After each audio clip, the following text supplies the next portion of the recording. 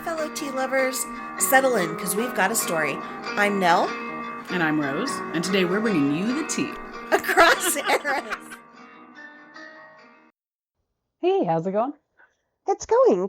It's Monday. Monday. Yeah, no, it was an unexcellent Monday, as they often are, but hey, we got to the fun part.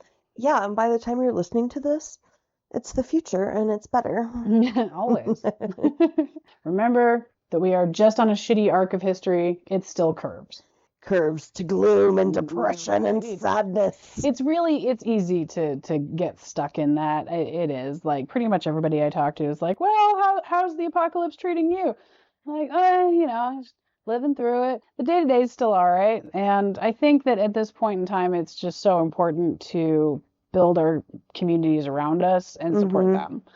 We don't have a lot of control right now. I've got like all the social media apps removed from my phone. My news app is so curated, it only shows me like internet games and horoscopes. But also, I didn't like the update on my phone and it changed how the email was. So I deleted that and just started using like the Gmail app or whatever. But I don't like that one either. So I just like quit opening my email for the past few months. My personal email, obviously not my work email. Yeah. But it's not liberating. It's like terrifying because I'm like, something probably fell off autopay and I don't even know it. Yeah, no, as a person who has ignored their personal email, it's a slippery slope. Don't let it catch you. It's really murderous to get back. And there's just so many that are like junk. Also, one thing that really doesn't help is with the app I'm using right now, it shows me all the emails from like my 4 accounts. And I'm like, personal, the one I use to sign up for every coupon because I don't want you coming to my regular email. And I'm just like, this is too much. So I'm having technological sufferings, but if that's the worst problem I'm having, I think I'm doing pretty good. Yeah, no, many of my woes are technologically based as well. And to be honest, there's so many days when I literally just stop what I've had to do for the day and go, man, I need to scrape this century off me. That's part of why I love history, and just like bury yourself in somebody else's problems for an hour or two. I swear it's better. I buried myself in the new season of Gilded Age. The first episode came out last night. Oh, you keep telling me such wonderful things about that. And I've seen it on a bunch of the Historian Reacts to videos that I love. And it's fun. I love watching those, but I've only ever seen like half the properties usually. Oh, yeah. I really like it. It's so dramatic, but still wholesome-ish. Yeah, reasonable dramatics are fine. You know, Vanity Fair type dramatics. Exactly. It's all very implied. Exactly. So, well, this week I have been thinking about food, specifically interactions with ancient food, which are wide-ranging. I think we talked once about the dinner party that it turned out to have been a fake story, but it was this purported dinner party that had happened inside a frozen mammoth body. Yep. Now, the part that wasn't true was not that they were eating inside the hollowed out corpse of a mammoth. They totally did that. But what they were eating, somehow they had a sample of it and it was genetically tested later and turned out not to be the actual mammoth, which that was the whole shtick, was you're eating mammoth in a mammoth. You're eating beef. Total class. We have a fascination with ancient foods in all varieties. And I think part of it is really in the deeply seated instinct of every human to just go and touch that. Yes. And by extension, lick that. Don't think I'm weird. Earlier, how did we get on that subject? I think we were talking about bog butter, which, trust me, it will come up again in a minute. And then you were like, the number of things I'm willing to lick. Haha, don't judge me. Right. I was like, we listen and we don't judge. There are a lot of ancient things I want to lick. Like if I came across, a 6,000-year-old sarcophagus, I don't know why, and hopefully I wouldn't, but I might want to lick it. I really wouldn't. But, do you remember in 2020 when they found the sarcophagus, that there were all those memes that were like, oh, great, that's what did it. We told you not to open that sucker. Yes. It was like the sorceress's sarcophagus and many things beside. But then, like, side note, when they did open the thing that they probably shouldn't have, it was filled with liquid. And they had to, I don't know if anybody ever accomplished it. I certainly hope not, but they had to actually physically stop people from drinking the sarcophagus liquid. I know, it just, it comes up a little bit just thinking about it. Yeah, I don't want to lick that. Yeah, especially because it turned out to be a sewage leak that was just next to the sarcophagus. It was definitely not a thing that is going to cure you of anything or impart superpowers or whatever. Don't eat things you find in tombs. That seems like a fairly solid goal.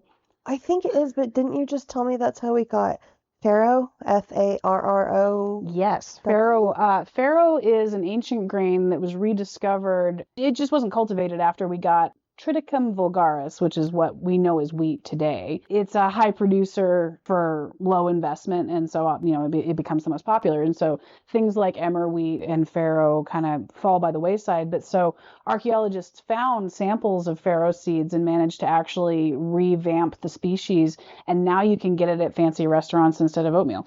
Yep. It's actually quite good for you. Kind of nice, a little barley-like, I do have a weird love of barley. I'm just thinking about barley tea right now. No, I don't really actually agree with you on that one. Barley tea is not amazing. Gosh, I love barley tea. But, our tastes don't change that much. I mean, you love barley tea. I am chomping at the bit to try switchel now, because it came up when I was researching this episode. Switchel is you would recognize it from Laura Ingalls Wilder when her mother tells her to go take ginger water out to the farmhands. Okay. It's a version of switchel. It's like a vinegar drink with ginger and some cayenne pepper sometimes. It was a proto Gatorade. Okay. It helps you replenish electrolytes. It has salt in it. It's basically salty vinegar water, and then you're trying to do anything you can to get rid of the salty vinegar water taste. Okay. But that has deep origins in the Roman army. I had a honey lavender latte yesterday, iced. Nice. I got it from the waffle place. My waffle was the blue corn lavender with blueberries. So good. But my latte also had cayenne pepper in it. Yeah. Yummy. Yeah. No, I love it with a little bit of spice. I like the golden milk things they do at Satellite. Yes. Yeah, but so the Roman army, their version of an electrolyte replacing drink was called posca. Okay. And it's the same kind of composition. It's a vinegar water and anything that you can get to change the vinegar. And it changes the crucifixion story a little bit. Posca was supposedly the vinegar that was fed to Christ on the cross. And so you hear that part of the story, and it's supposed to be that, like, one more kick in the pants, like, you can't have wine, we're giving you shitty wine, aka vinegar. Well, actually, if a Roman soldier was giving someone something to drink in a dire situation, it's not that outside of the realm of possibility that he would give him what he would give his companion on a march, which is this posca drink that is going to help you replenish what your body needs faster, because you're not going to get a lot of chances. Okay. Changes it a little bit. Because maybe that's just what they had with them. Right. I don't know. A canteen full of posca. I had just never considered that. As a Bible reading Christian, I sometimes wonder if, like, there's just words change and the way things are translated, and then we read the translation, which is what whoever thought it was, and then the meaning of the word has changed over time.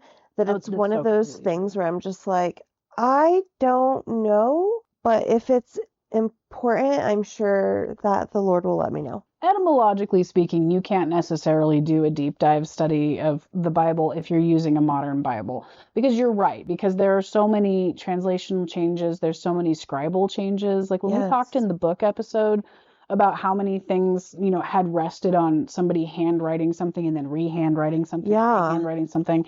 It's a giant game of ancient telephone. You do not have the entire thing. That's just how history works. Right. Because I know, like, the King James version of the Bible, I think it definitely says vinegar or the salt. See, and I was raised on the King James version. So was I. I don't really use it I always think of a whole lot now. I actually, so I decided I needed a new study Bible because my regular, like, day-to-day Bible is so written in all the margins and highlighted and underlined. Time for new notes. And exactly. And some of the notes have faded because I use, like, the pink gel pen that I happen to have in my bag. So anyways, I went out and found the most gorgeous, like, embroidered rose colored thing I could find, right? And I wasn't too sure about the version. It's like the CED, maybe Christian Standard Version. I don't know the acronyms anymore. Yeah, let me look. Because there's New International, King James, and Common. It's a fairly new, and I say new, and it's like 25 years old. Oh, yeah. Translation. Let's see. In terms of the Bible, that's pretty stinking new. I mean, it is, right? Okay. It is the CSB. This is it. Oh, cute. I know. And look, on the inside, there's like so much room for writing note, and it's has like those thinnish pages, but it's not like paper thin. It doesn't feel like a Bible. You see the sides? Oh, yeah. Oh, Yeah. So it's like a Bible journal. That's really cool. But it's the, what did I just say? CSD? Yes. Christian Standard Bible. Okay. That's just new language, yeah? Yeah. And it is, so it had like an explanation in the front of it as to like, this is why this is a little more precise and nuanced than the NIV, but like way more understandable than the KJV. Okay. So, because the NIV, I mean, that one changed enough that it was like not recognizable to me, having grown up with Shakespearean. my everyday Bible is a NIV, Mm-hmm. but I've noticed there's some times where like it'll say like verses 27 through 43 were not originally in the NIV, but like people fuss, so we put them back. Oh, interesting. I didn't realize that NIV was edited. It's abridged? I don't think it's supposed to be. I don't know why it was, because I've never looked into that. The version that I want more than anything is the Vulgate, which is the Latin that has the original or chapter orders. So when you have historic sources quoting, Bible verses, chapters, things like that, it doesn't match up. You're not getting, you can't just go and like look that up, because unless they are after 1592, they're referring to St. Jerome's 4th century Vulgate. Oh. But what I want more than anything is a side-facing translation. Because my Latin is crap, I'll admit it. I don't practice. My Latin is so poor. My Latin is terrible. You know how much time I spent trying? Well, okay, there's that part. Yeah, no, for the time investment, that is embarrassing. Like if I say my French is terrible, it's because I showed up to class, didn't do the homework, lived on vibes, and wondered why I wasn't learning. Meanwhile, I'm sitting there in Latin like, man, if I can just figure this out, this poem is so dirty. Oh my gosh. Like, the payoff is very immediate with Latin, I will say, because the stuff that survives is either just wildly fascinating on its own or hilarious. Nice. Like, I had a whole class where my first day was learning Roman smut words. Because the whole semester was Roman poetry and we were going to need that vocab. That's so funny. That's also a good way to get everyone interested. And Latin, yeah, no, I don't speak it anymore in the same way, but it makes you recognize word roots just automatically. Oh, well, that's nice. It was extraordinarily useful for that. I really recommend it. Sorry, huge side tangent. Moving along. But that's how we got onto biblical. So back to Posca. So I found a place, you can actually order modern made Posca on Amazon. Amazon sells, like every website now, sells from a lot of places. Yes. Now, but I do say that Amazon, because their website redirects you to Amazon as their distributor, so that's why I'm comfortable. Okay. But the company is called Ancient Drinks, and I absolutely adore their About Us page. So these guys, I'm going to let them describe themselves because there's no better way to do it. We were born one day not so long ago when our founders' 3 sporty children broke their previous single Saturday record by drinking 8 bright red, pollutively plastic-packaged sports drink sugar bombs. That Sunday, he began assembling a crack team of industry badasses to start a company that offered a way healthier product, along with super fun, occasionally educational, and always insane stories about the people who used them to build, fight, invent, and compete when life was mythically hard and there wasn't even summer Fridays. Life was a very, very dangerous sport back then. These drinks fueled the competition, and we're excited to reintroduce them to a new generation who will be overpowered by the past and more supercharged by the future. Nice. They have 3 different drinks. They're all basically the drinks that powered civilization. You have Posca, which is Roman Army Gatorade. You have Switchel, which powered the Industrial Revolution in the U.S. Okay. And you have, I'm hoping I don't butcher this pronunciation, but I think I might. Sakanjabin, which is the Persian version of a recovery drink, which is mint and vinegar and salt. Oh, okay. Yeah, so you're always getting like a heat and circulation element. You're always getting a cooling element. You're always getting an electrolyte boost, and you're always getting a flavor cover. Nice. And so these guys have revamped them into something that I'm definitely going to probably pay too much to have delivered to my door because I want to see. And actually, my husband's super excited about it too. The builders of the ancient world, and he was a builder. Yeah. He's a roofer. And he wants to, kind of work out on one and see the difference. So I am actually also going to pay a lot of money for a Dubai chocolate bar for us. Oh, Because they are all the rage right now. I keep hearing that. My kid or my nieces or both told me about them, and I was like, it's chocolate with pistachio? Right. Guys, Are you okay? I mean, I assume if it's coming from Dubai, it's super delicious chocolate. Yeah. Better be. I feel like there is also like a fried phyllo element in the ones that you order. There's like a crunchy thing going on. I Okay. don't think it's just pistachios. Yasmin's Cafe carries them now. Oh, But I was just picking up an order my kid had paid for last time I was there. I didn't have my wallet with me to add anything on. Well, I'm super, Okay. super down to try. Okay, good. Okay, so you mentioned bog butter. What? Well, okay, yeah. So bringing it all back around. So ancient food is fascinating for so many reasons, but especially when you happen across actual ancient food, not somebody writing down a recipe and conjecturing who it was fed to and figuring out how it might have been made and recrafting it like these ancient drinks guys did. Sometimes you get archaeologists that are just real dang weird, and I'm not. This is not a pejorative. I love archaeologists. They do follow the overarching trend of scientists be weird. And No, they're like Indiana Jones. you know what? I actually have never met an archaeologist that considered themselves Indiana Jones, but every archaeologist I've ever encountered has parlayed. Oh. And it's the same thing, like physicists, they are some of the partyingest dudes you've ever met. And I think when you're talking about things that are so intricate and so serious all day long, you got to blow off steam. Okay. But for archaeologists, like the ones that really have the love and the passion to study different goat bones for a decade, Right.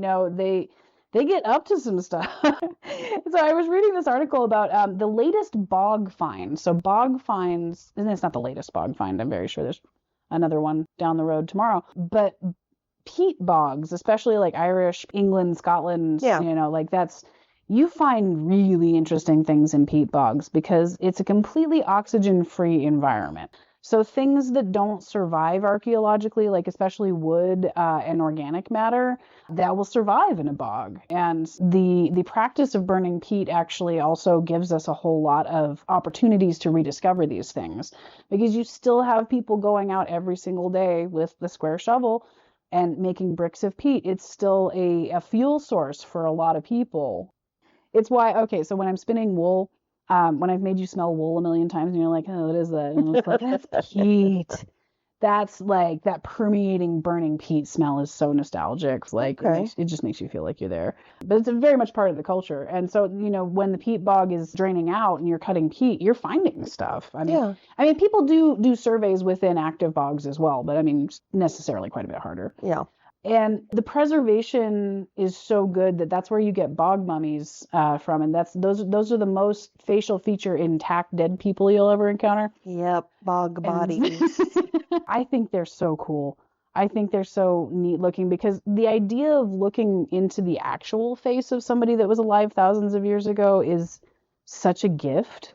Yeah. Even if it's creepy, even if it looks like something off a movie cover, it's definitely interesting. Like old shoe leather with lips, but they're so interesting.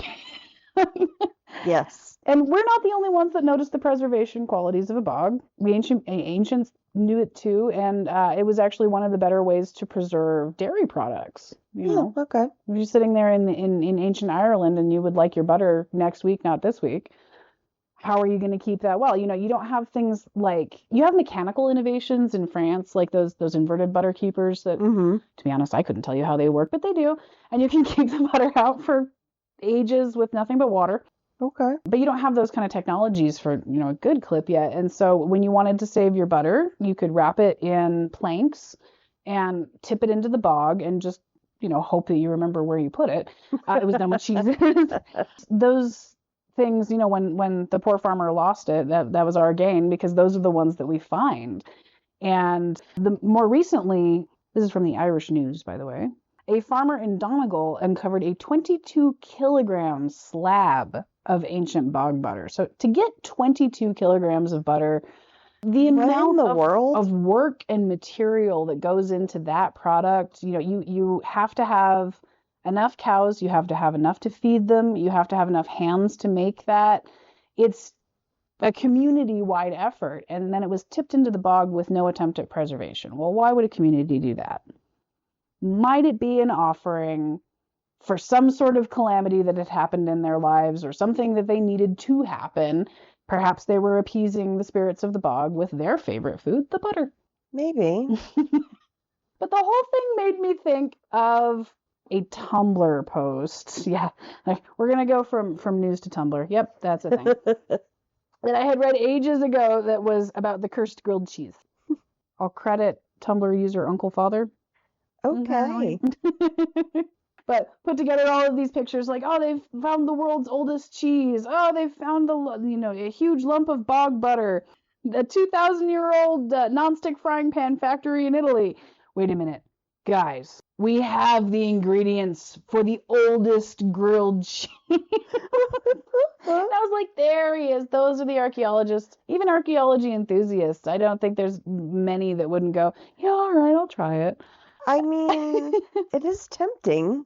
It's the same thing. You're looking into the face of somebody that was alive 2,000 years ago. You're tasting their snacks, too. I'm pretty sure that my eating every color-dyed, weird preserved thing growing up that was available to us, I feel like something like that might kill me because my body wouldn't know what to do. I don't know. What if it's our superpower? What if we actually do get to time travel someday, and the fact that we're made of so much plastic actually makes us immune to everything that might have killed the whiffier predecessors? We're armoring from the inside.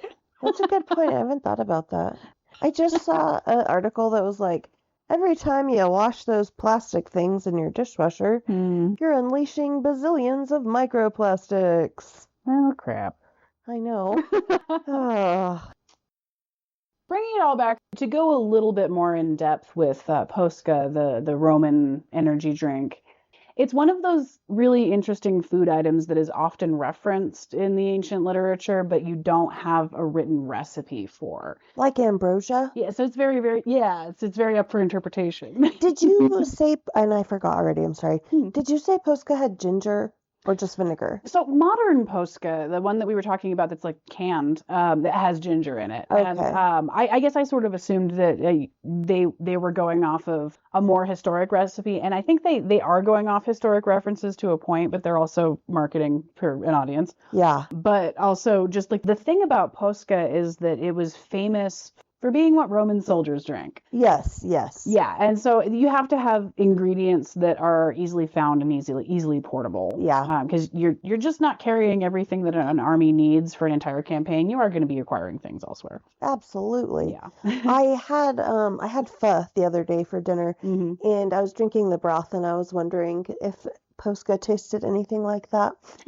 Honestly, it probably wouldn't be too far off. I swear we're going to do a taste test here in the near future, just however long shipping takes. Yes. But on a very interesting blog called Pass the Garum, blogs, children, are how we used to communicate with each other. Yep. Blogs and their message boards. So I'm going to quote a little bit of Pass the Garum here. Basically, we know that soldiers were given a vinegar ration, quoted Vegetus concerning military matters, and that this vinegar could be mixed with water and drunk. Celsus, on medicine. Hadrian drank Posca, quote-unquote, to be one of the soldiers, quoted in Historia Augusta. And from this we can infer that it wasn't a drink that was usually served to the rich. On the contrary, this was a drink sold on the streets. If you think about it, this makes a lot of sense. Vinegar is what's left when wine production goes, quote-unquote, wrong, or if the wine is left exposed for too long. Knowing how much wine the Romans got through, it stands to reason that there was a lot of vinegar knocking about, so why not put it to use? I think of, like my distilled white vinegar that I use for cleaning. Mm-hmm. And what they're talking about is going to be a lot more like a red wine vinegar Yeah. you would like put in a vinaigrette. I mean, and like that's the nice version. This is probably not. You definitely are going to have to. I read something somewhere once where they were talking about this court was so poor they had to filter the wine dregs through their teeth, and I've never forgotten like the feeling of that. Like it just I makes you don't wanna, like pulpy orange juice. right? Yeah, pulpy wine. Yeah, it's a thing. Filtration not as robust. Wow. You're just cool with a lot more things in your drinkables, I think, in that age. Like we were just watching Alone, and when we were watching an episode the other night, the guy like he opens up his rainwater catching device in the morning, and there's only like 3 bugs in there. He doesn't even bother to fish them out, and I'm just sitting there like, I mean, not okay. Yeah, there's a reason I'd never be on the show alone. I love it, but I love watching it. I love it in a like hand on the stove kind of way, like this is all my biggest fears. Give me more. Yeah, when I got here, your husband and you were watching it, and I think you were making tea because I look up right in time to see a guy take a big old bite of a bug and then spit it out, and I was all, ugh. I must have been up for that. I definitely would have remembered it. So Posca was the everyman's drink, and I think it's really interesting that we can still interact with it today. I mean, you can make your own. There's recipes. I always want to recommend Tasting History, which is by Max Miller. He's got a great website. He's got a great YouTube channel. If you're ever just interested in how you might possibly recreate something weird you've read about, he's probably got a video about it. Like I've got his fun. Okay. Max, if you're out there listening, you do fantastic work. There's also recipes on Pass the Garum, which is the actual website is passthegarum.blogspot.com. We'll put it on our references. He's got like a graduated series of recipes, which I think is really interesting. I'm also saying he, like, I don't know. I think this is like a collective of people. But they have a series of recipes, which is like from the simplest, from all of the most verifiable ingredients, which is red wine vinegar and water. Okay. Graduating up to sharp but sweet, because many people suggested adding honey, which doesn't really have textual reference, but would absolutely have been available. And it might have been like the guy that likes a lime in his beer, maybe there was honey mixed in it. Like it's possible. And apparently that went medium well. And then Posh Posca, which I just so think is great, is the honey, red wine vinegar, and coriander seeds. And, again, like readily available flavoring agent, coriander is very probable, but coriander is just a real specific flavor. And I'm not sure it's not something I'm used to as a beverage tasting profile, I guess. Right. My dealings with coriander are in the form of anise. That's the same flavor palette, right? I don't think so. No, coriander is the seed of cilantro. I was thinking anise, which was why I didn't like it. But I adore cilantro. I do not have the soap gene, thank goodness. I don't either. It's kind of medium for me. I guess I kind of categorize it with kale. Like, it's something you do to put pretty on a thing, but I don't really have a specific flavor associated with it. I don't like add it to things for a particular taste, Okay. Coriander, I think I've actually probably had a little bit more because it's in a lot of rye breads. That's true. It is. And I like that flavor. I think I don't think it's a drink flavor. Weirdly, anise I'd be okay with. Yeah, no, I don't know what it'd be like as a drink, but I think I would try phase 1 and phase 2, but phase 3. I definitely have to start with phase 1 and then 2, and then I might give 3 a try, but I probably would end up putting it down the sink. I'm not gonna lie to you. I'm gonna let the professionals give it a try, and then maybe try mixing one at home. But so I want to switch topics a little bit and go back to what we talked about in the beginning of the episode, which was the legend of the cursed grilled cheese. I told my daughter about it. She was in town on some day last week, and I was telling her all about it. And that was when I also confessed to her that, like, I'd probably try it. And don't you want to lick an ancient stone? I don't know why, I just do. And she was just staring at me. She was like, Well, the cursed grilled cheese is interesting. Well, yeah, it is. It is just, yeah. And what's interesting too is that the ingredients of the cursed grilled cheese have changed slightly.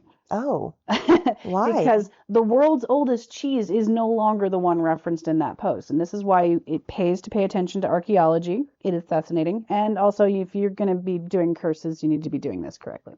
Yeah, for sure. Yeah. Accuracy. So we talked about, and I'm just going to talk about each of the ingredients and like the kind of archaeological background. We already talked about bog butter. Fantastic. Would probably try. I kind of imagine it like a smoky camembert kind of deal, like rural moldy, I could see that. But the smoky would definitely be there because peat, more than anything, just smells and tastes smoky. Yeah. I was out to eat with my dad and brother not that long ago, and my brother ordered some insanely expensive pour of whiskey, and I think the note was peat, and I was like, move it away from me, because I'm sitting there trying to eat my fish and chips, and every time the door to the outside would open, the scent would like waft in my face.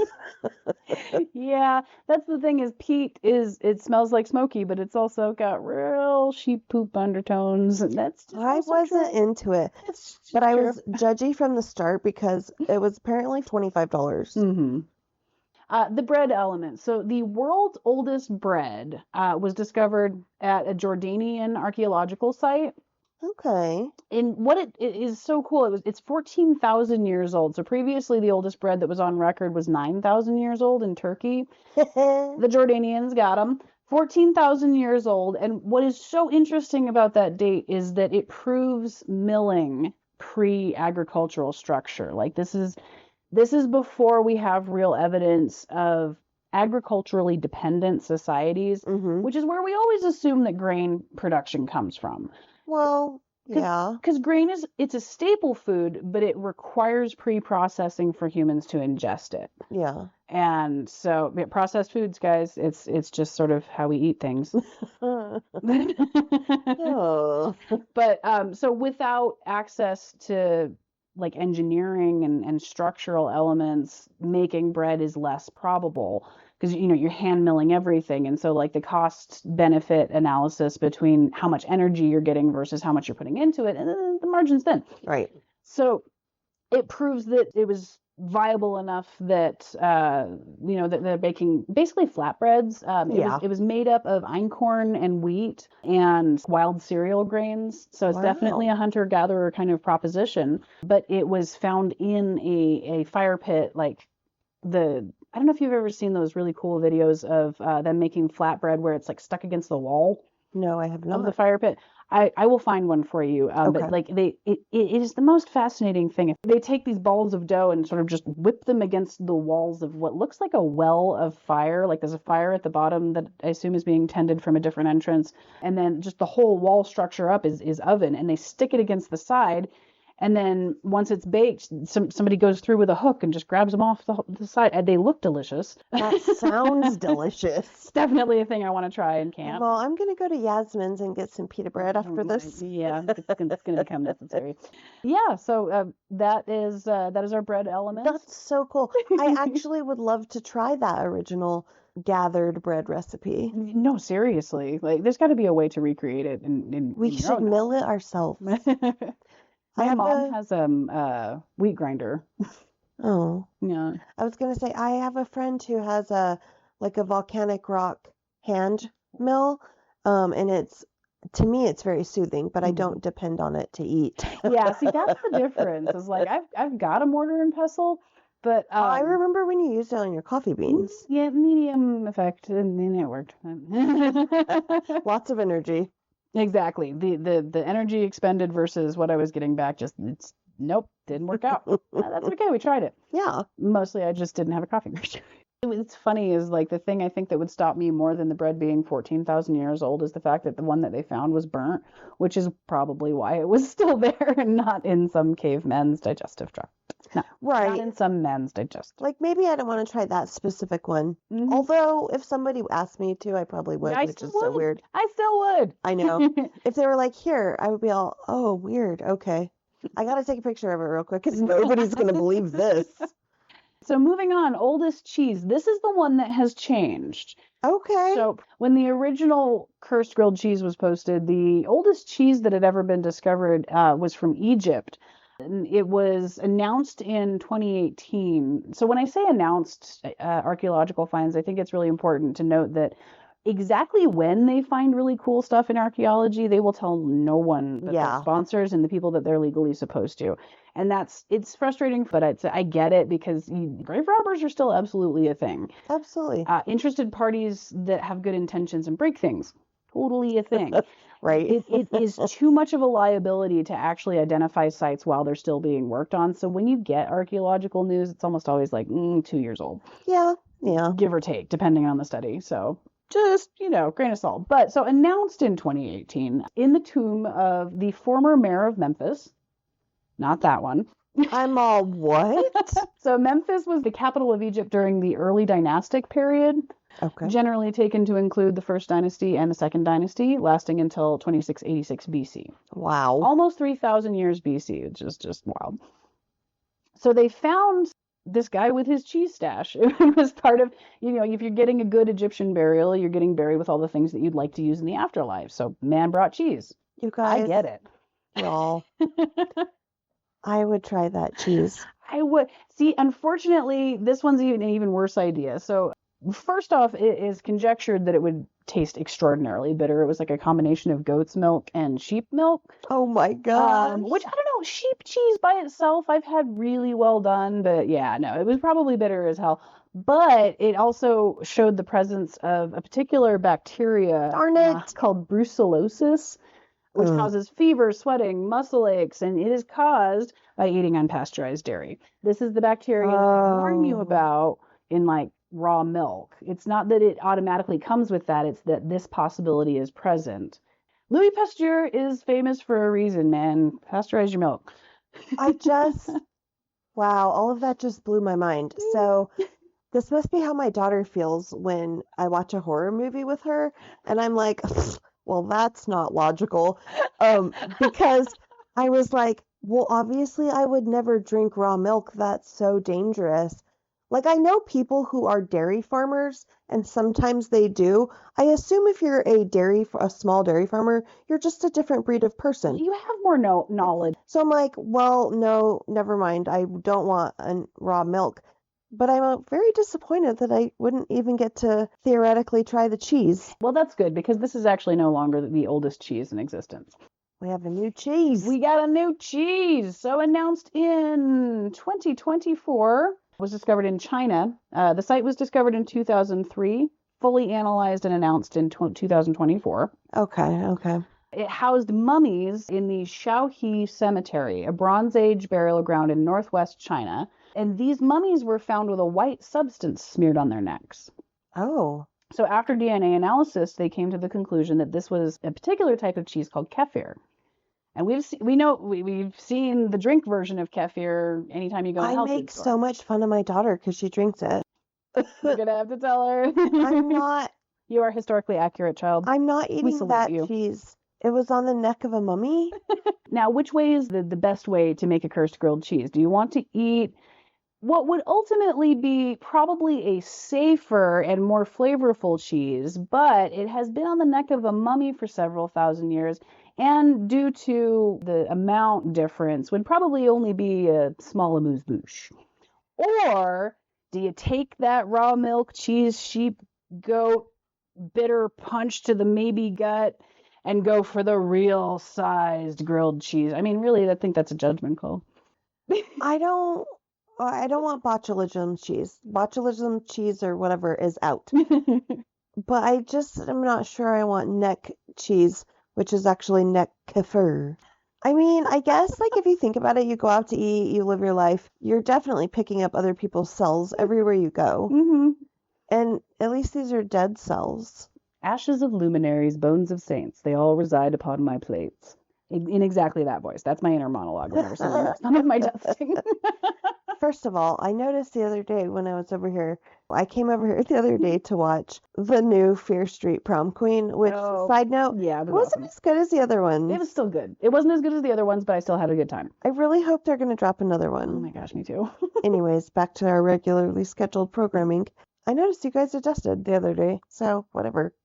I mean, some places. I mean, I have 5 dogs, so I have to like dust the air purifier. Mm-hmm. Yeah, see, and we don't have the pet hair like accumulation anymore. But I did notice the last time we turned on the heater, we burn enough incense in this house that when you turn on the heater for the first time in the year, it's just a combination of all the incense smells for about a day. Which is okay, because that's why I burn it in the first place. I'd like the house to smell that way, but it's always interesting. That's interesting. Okay. Okay, look, I gotta be honest. I'm skipping the cheese. I'm just going having to have buttered toast. Ancient cursed buttered toast just doesn't have the same ring. Well, I'm gonna fry it up, like with an egg, and then it's gonna be French toast. Ah, cursed French toast. Why do you always got to bring the French into it? I mean, I don't know why it's called French toast. I don't know why it's called French toast. I don't know if it even has anything to do with France. Honestly, I don't know why it's called French toast either, but if French fries are any sort of metric, it doesn't have anything to do with France. Perf. But that is the end of the Legend of the Cursed Grilled Cheese. So Okay, but we have questions. Ooh, excellent. By we, I mean me. What would you pick? I think I would have to go with the non-possibility of stomach bacteria. So I think I would go for the mummy neck cheese. It's a type of cheese that I know I've had and liked before. And mummy's kefir, yeah. Kefir, I thought it was a drink. I'm sorry. I call it kefir, like Kiefer Sutherland, because that makes me laugh. I never know how to pronounce it, so I kind of just pick one every time, which is not the way to go. I mean, I'm interested in notes. You can make anything like that that's like a fat-based dairy product. You could make into a cheese. It's basically like the compression. And the other yogurt thing and cheese are very interchangeable. That's really getting to me is I'm always like strawberry flavored kefir. Kefir. So when I thought about a strawberry grilled cheese, I changed my mind. I'm just having the butter on the bread, but we will be toasting it so that it's, delicious. But I would trade other food on my grilled no cheese. What other food options? You've seen my notes, haven't you? You said you were wrapping it up. I'm not ready. All right. So there was an addition to the suggested cursed grilled cheese, I believe at a later time. Okay. Which included a slice of tomato. Yes. Now I have opinions on it. Grilled cheese and tomato, they don't need to be the same thing. You can have tomato soup on the side for dipping if you're so inclined, but a tomato on your grilled cheese is just wet and weird and awful. I'm sorry, I will die on that hill. I wish y'all could see my face. She looks horrified. But I never. Did you not like the grilled tomatoes that come in a traditional English breakfast? No, not at all. Oh my gosh, they're so good. Yeah, I had really good buddies and we'd sit next to each other and just trade for the items that we liked because I love parsnips for no reason and turnips are fine. So we just do little tradesies. I would trade anyone the black pudding off my plate for the grilled tomatoes and mushrooms. You couldn't get rid of the black pudding for love or money. I love tomatoes. In fact, one of my favorite meals is from this little place by where we both used to live downtown called Java Joe's. And it's the grilled cheese with avocado and tomato. And then I dip it in tomato soup. Oh, see, now my very favorite grilled cheese, I'll admit, is not as highbrow, but is from Sonic and includes strips of bacon. My sister loves their grilled cheese too. It's literally one sad slice of American cheese. And for our non-American listeners, American cheese, no cows were harmed in the making of it. Oh, absolutely not. There's I don't nothing think there's like any a dairy cow in cow it. anywhere near it. But it has it has this like metallic flavor of my childhood. Okay. Your husband made me one that one time. I mean, it's been a few years. Yeah. And it was really good. I won't lie. But on the low, American cheese ain't it. In fact, I don't want my cheese to be anywhere near a shade of non-cow milk or goat milk. I can't even call myself a cheese snob because I'm a non-discriminating cheese lover. Like he keeps thinking that I don't like Colby Jack, and it's like, why? No, it's just in the pantheon of availability, of which there is often a few choices in our house. it is my last choice. That doesn't mean that I don't like it or that I won't eat it. It's that if there was Gouda, that's an easy choice. If there was cheddar, that's an easy choice. I will eat any cheese. I have tried stinking Bishop gladly, and it was worth it. And nobody wanted to sit next to me on the bus on the way home. Shocking.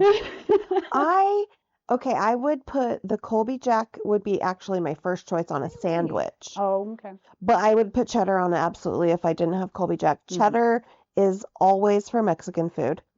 Cheddar, pepper jack. Yeah, see, he'll fight you on that for the Colby Jack.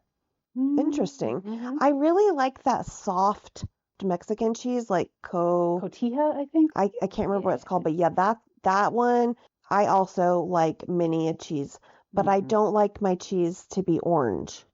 I really enjoy Cheese Whiz, and I spent $400 on the cheese display for our wedding. I'll eat any of it. Okay, well, that is fine because I will eat that like orange sauce that comes with nachos at the movies. Right? Velveeta shells and cheese. Show me somebody who doesn't love that. I'll show you the liar. Good. It's the same like weird metallic flavor. I don't know. Like the Velveeta government cheese kind of thing. Like it's just everyone I know has experienced it in some way, shape, or form.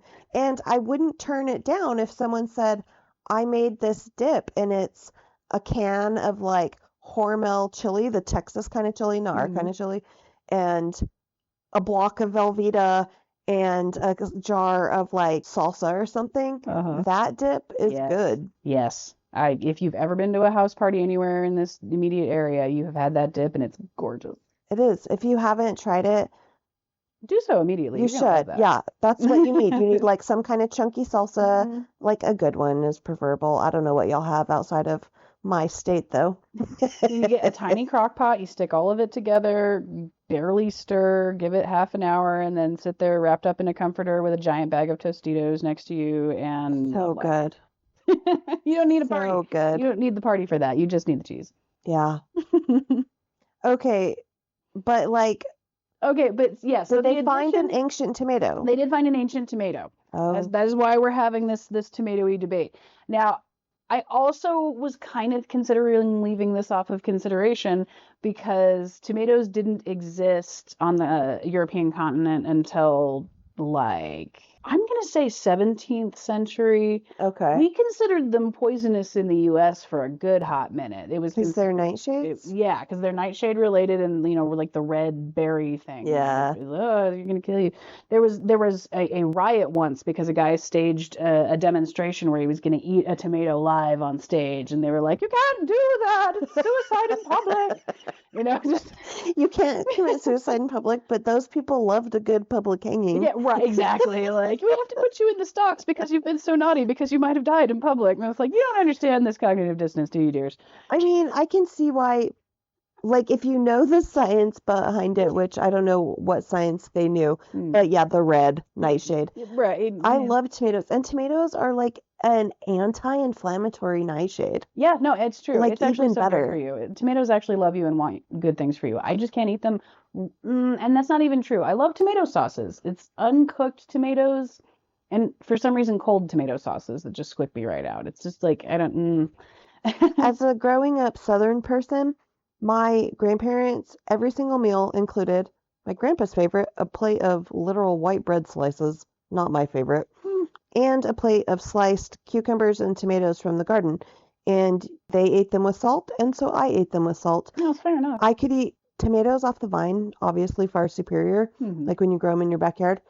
I can just grab one and eat it like an apple, and with My mom does the so same much thing. salt and fried green tomatoes. I'm going to be in Atlanta in September, and I always go eat at Big Daddy's Dish in College Park before I drive to Alabama, and their fried green tomatoes are so good, like I'm about to drool. You just sort of stare at them in the middle distance like how. Big Daddy's Dish.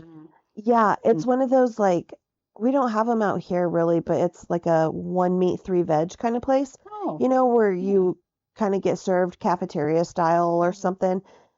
You can't even see. I love that place so much. The like food protection window things, whatever they're called, they're always so steamy you can't see through, and they have their little swipey things and they clean it for you. And the same guy has worked in the dining room part of it since I have started going there, and I always forget cash. So this year I'm taking a couple 20s. Like, sir, you are owed back pay. I know, because usually I'm like digging out every $1 bill and quarter I can find. So embarrassing. I have been known to go back to the ATM for tip money just because honestly, like places I go a lot, it matters to me anyway, even if I'm never going back ever. But if I know I'm going to see people again, I'm like, no, I want to be the person you fight over. Oh, Plus, yeah. nobody gets paid crap anymore. We all need to support each other, and that's a great way to do it. Last year, my brother was with me there for the first time, and he had cash, and I'm like, pay up, I'll pay the bill. It's happening. But this time around, I plan on having one of my nieces and my brother's friend with me, so cash, important. I love tomatoes so much. Well, so you'll be very interested in the oldest tomato ever discovered. Sorry, I keep talking. No, you're totally fine. So this is a 52 million year old fossilized tomato that was found because it rolled off the vine to the bottom of a prehistoric lake. Isn't that crazy? Announcement. I do not want to try that particular tomato. It's the only ancient tomato you get. First of all, it looks like a rotten chili pepper. It's got like a flower element, maybe like a little bit, but like Feed Me Seymour. What am I thinking? Oh, yeah. Little Shop of Suddenly see. Little Shop of Horrors. Yes. A Little Shop of Horrors kind of vibe. It's like opening. It does, but it's like very dark brown. And could we try to grow the seeds? That seems close enough. I've done that for some like grain varietals, but finding them intact in baskets and I feel like lake sediment, we're probably out of luck. Yeah, I'm not going to try that tomato. It's staying off my cheeseless grilled cheese. So you agree with me that some tomatoes are gross? Yes, I do. That one. You know what other tomatoes are gross? The majority of the ones that are always available in the grocery store. Oh, yeah, no. I know, they're mass grown. They're pesticided. My mom sometimes grows tomatoes. I would go out there and literally eat them right off the vine and fight those green tomato worms for them because they're so much more superior. Most tomatoes you can buy, like a beefsteak tomato or a Roma tomato, cherry tomatoes, like they're big, they're red, they look nice. I want the heirloom tomatoes that are absolutely look like out of control pumpkins. Because those are so good. Purple demon knuckles. Yes, those are the best tomatoes on the planet. I have heard that's true. Not being an aficionado, couldn't say, but I believe you. Yeah. Sometimes you have to pay a boatload and go get one of them from Whole Foods. Speaking of Whole Foods, I was there the other day and they had a bunch of passion fruit and I was so excited because I love passion fruit. They're like $5 a piece, first of all. Ugh. They were so overripe. I know, in America, our fruit is in huge piles and you have to like touch every single one to figure out. After everybody else has touched every single one, so wash them when you get home. Important to wash your fruit. You have to like touch them and squeeze them because they're not like picked and sold at perfect ripeness. Right. They're actually intentionally usually sold underripe. Yeah. So, but yeah, every single one I picked up, so bad. Not Whole Foods' fault. We live in New Mexico. Yeah. Gotta take what you get. So sad. Well, now I'm hungry. Let's go get a snack. Yeah. You guys should go get a snack too and tell us which version of the cursed grilled cheese you would eat. Yes, I definitely want to know neck cheese or botulism cheese. Tough call. No, man. Have a great week. Bye. Bye.